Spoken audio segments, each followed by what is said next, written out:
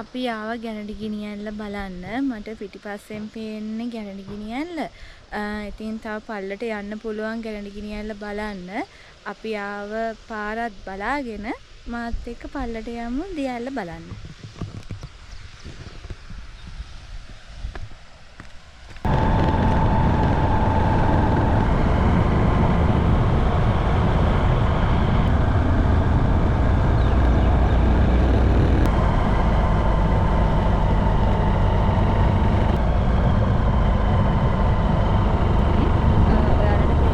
මෙතන මේ ගහක් හරස් කරලා තියෙනවා. මෙතනින් එහාට එන්න විදිහක් නැහැ වාහන. මොකද ණය ගිහින් තියෙන නිසා අපි උඩ පාරෙන් මේ මම පෙන්නන පාරේ අපි දෙන්න ගියා. ඊට පස්සේ එතනින් එහාටත් යන්න විදිහක් නැහැ. මොකද පාර වහලා තියෙන්නේ. ඉතින් අපි මෙතන බයික් එක නතර කරලා මේ ටික පයින් තමයි යන්න ඕනේ. ඉතින් අපි ඉස්සරහට ගිහින් බලමු.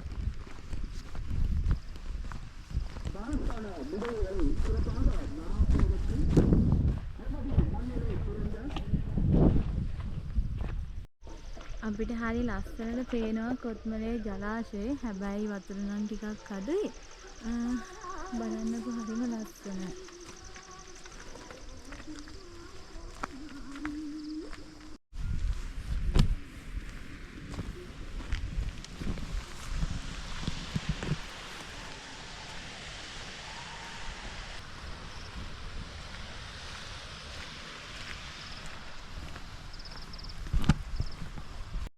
අපි කලින් මෙතනට එනකොට හරිම ලස්සනට වැටවල ගහලා තිබුණා.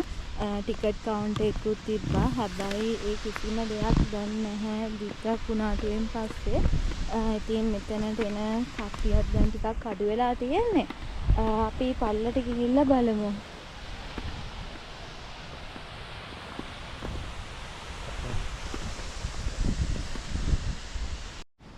මෙතනින් තව ටිකක් පල්ලට යන්න පුළුවන්.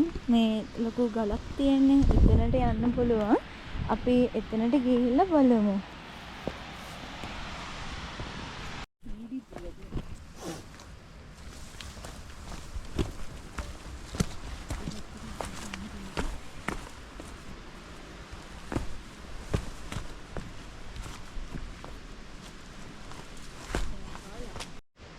මම මේ පෙන්නන තැනින් තව ටිකක් පල්ලෙහාට යන්න තිබුණා. දැන් එතන කොට දාලා වහලා තියෙන්නේ. එතනට යන්න බෑ. දැන් අර මෙතන තියෙන ලොකු ගල ගාවට තමයි අපිට එන්න පුළුවන්.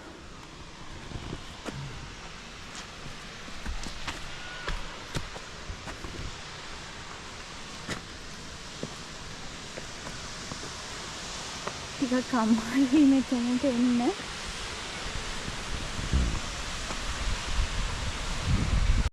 ඔයාලට මේ හරි ලස්සනට පේන්නේ ගැරඬි ගිනිඇල්ල. ගැරඬි ගිනිඇල්ල පටන් ගන්න පිදුරු තලාගල කන්දෙන්. ඉතින් මේ පේන්නේ පිදුරු තලාගල කන්ද. නෝරලිය පැත්තට හොඳටම වහිනවා. ඔයාලට පේනවා ඇති පූනැල්ල ඇතින් ලස්සනට පේනවා. ඒ පැත්තටත් වහිනවා. මේ ඔයාලට පේන්නේ නාවල පිටිය. කොත්මලේ ජලාශය පේනවා. ඒ වගේම මේ පැත්තේ චූටි දිය ඇල්ලකුත් පේනවා. ඉතින් මේ ලස්සන බලන්න ඔයාලත් මෙතනට එන්න. හරිම පරිස්සමෙන් හැබැයි එන්න. මොකද මේ දවස්වල වැස්ස හින්දා මෙතන ගල් එහෙම ලෙස්සනවා. ඉතින් හරිම ලස්සන දිය ඇල්ලක්. ඔයාලත් ඇවිල්ලා මේ සුන්දරත්වය විඳින්න. හරිම ලස්සනයි මෙතන දිය ඇල්ල. මෙතනින් යන්න හිතෙන්නේ නැහැ. ඔයාලත් මෙතනට ඇවිල්ලා මේ සුන්දරත්වය විඳින්න. හැබැයි ෆොටෝ එකක් ගන්න එනකොට මෙතන අවදානමක් තියෙනවා. ඉතින් ලොකු අවදානමක් ගන්න නැතුව ඔයාලා පරිස්සමෙන් ඇවිල්ලා ෆොටෝස් ගහන්න. මෙතනින් පල්ලට යන්න පුළුවන්. එතනින් පල්ලට යන්න විදිහක් නැහැ. ගමේ කට්ටිය කිව්වා කලින් ආපු කට්ටිය දෙන්නේ 3 දිනක් පැටලා තියෙනවා කියලා. ඉතින් එතන පාර වහලා තියෙන්නේ. එතෙන්ට ගියා නම් මෙතෙන්ට වැඩිය ලස්සනට එතන බලා ගන්න තිබුණා. හැබැයි යන්න විදිහක් නැහැ. ඔයාලත් ඉතින් එන්න මෙතෙන්ට. හරිම නිදහස් තැනක්.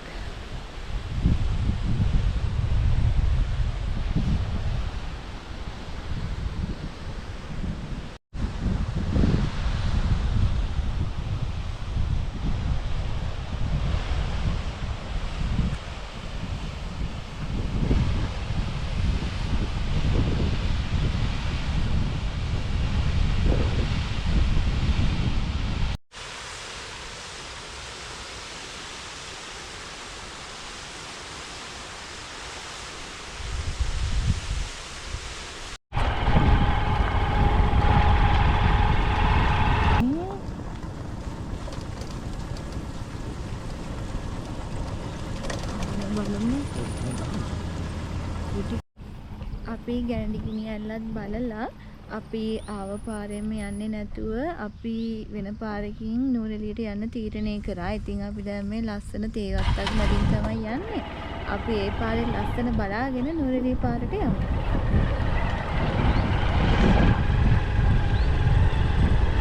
අපි එන පාරේ හරිම ලස්සන වතුර පාරක් දැක්කා. ඉතින් අපි ඒ ලස්සන බලන්න මෙතන ටිකක් නතර වුණා. බලන්නකො හරිම ලස්සන වටපිටාවක් මැදින් තමයි මේ වතුර පාර ගලන්නේ. ලස්සන කන්දක් තියෙනවා. මාරම ලස්සනයි. ඒ වගේම හරිම පිරිසිදු වතුර පාරක් තමයි මේ යන්නේ. බලන්නකො.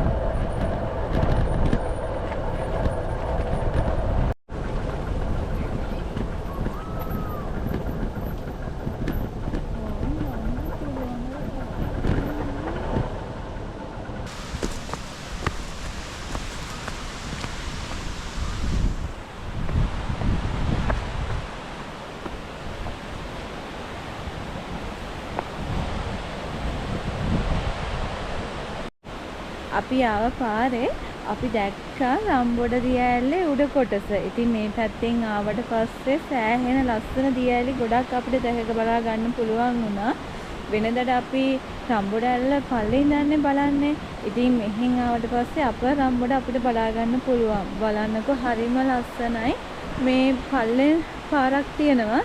ඒ පාරෙන් ගිහිල්ලා බලා ගන්න පුළුවන් දියඇල්ල. ඉතින් හරිම ලස්සනයි. ලස්සන වටපිටාවකුත් මෙතෙන්ට ආවහම පේනවා.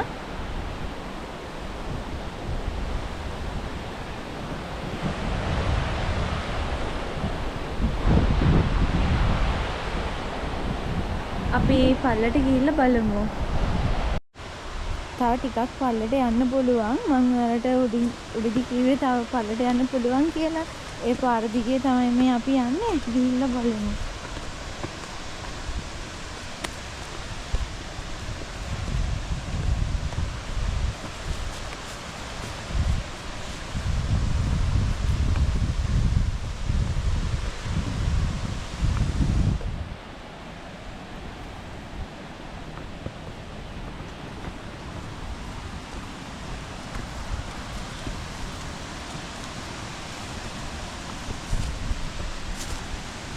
අපි තව ටිකක් පහළට ආවා. මාරම ලස්සනක් තියෙන්නේ මෙතනට ආවට පස්සේ. ඔයාලට මේ පාතින් පේන්නේ පල්ලේ view point එක. ඒ කියන්නේ අපි පල්ලේ ඉඳන් රම්බුඩැල්ල බලනවානේ. ඒ උඩට එන්න මෙතන view point එක තමයි මේ පේන්නේ. ඒකට අර පේන්නේ නූරෙලිය පාර. ඉතින් අපි අතන ඉඳන්නේ බලන්නේ රම්බුඩ දියැලේ පහළ කොටස. ඉතින් මේ ඇවිල්ලා අප රම්බුඩ හරිම ලස්සනයි. මම ඉතරම තමයි දැක්කේ. මේ දියැල්ල වගේම තව දියැල්ලක් මෙතනට පේනවා. ඒක නම් මේ ගස්වල චුට්ටක් ඇහිලා තියෙන්නේ. බලන්නකො හරිම ලස්සනට පේනවා.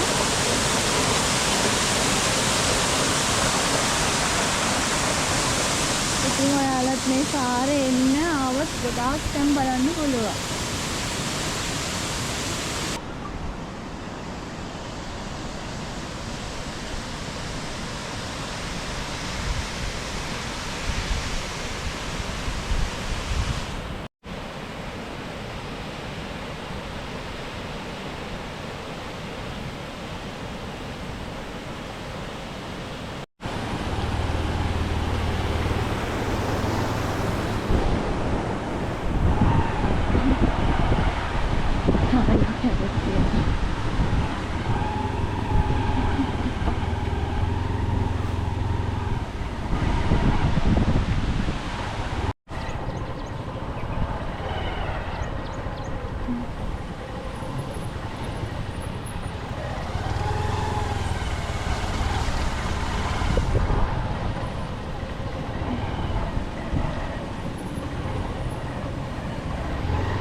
යන්න පුළුවන්.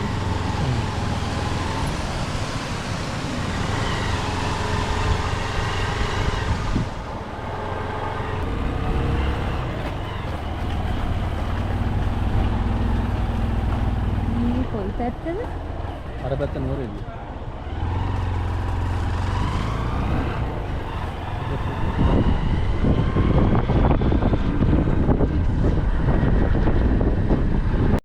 අපි වෙදමුල්ලි ස්ටේට් එක හරහා නුවරඑළිය ගම්පොළ පාරට ආවා. අපි දැන් මේ ඉන්නේ රම්බොඩ උමග ගාව. ඉතින් අපි අද අපේ ගමන මෙතනින් අවසන් කරන්න තමයි සූදානම් වෙන්නේ. ඉතින් මගේ වීඩියෝ එක බලලා ඔයාලගේ ලයික් කමෙන්ට් මට දාන්න. ඉතින් අපි මෙතනින් දැන් සමුගන්න කියලා තමයි ලෑස්ති වෙන්නේ. ඉතින් ඔයාලා පරිස්සමෙන් ඉන්න ආයෙත් ලස්සන තැනකට ගිහින් ලස්සන වීඩියෝ එකකින් ඔයාලව හම්බ වෙන්න. ගිහින් එන්න. සුබ දවසක්.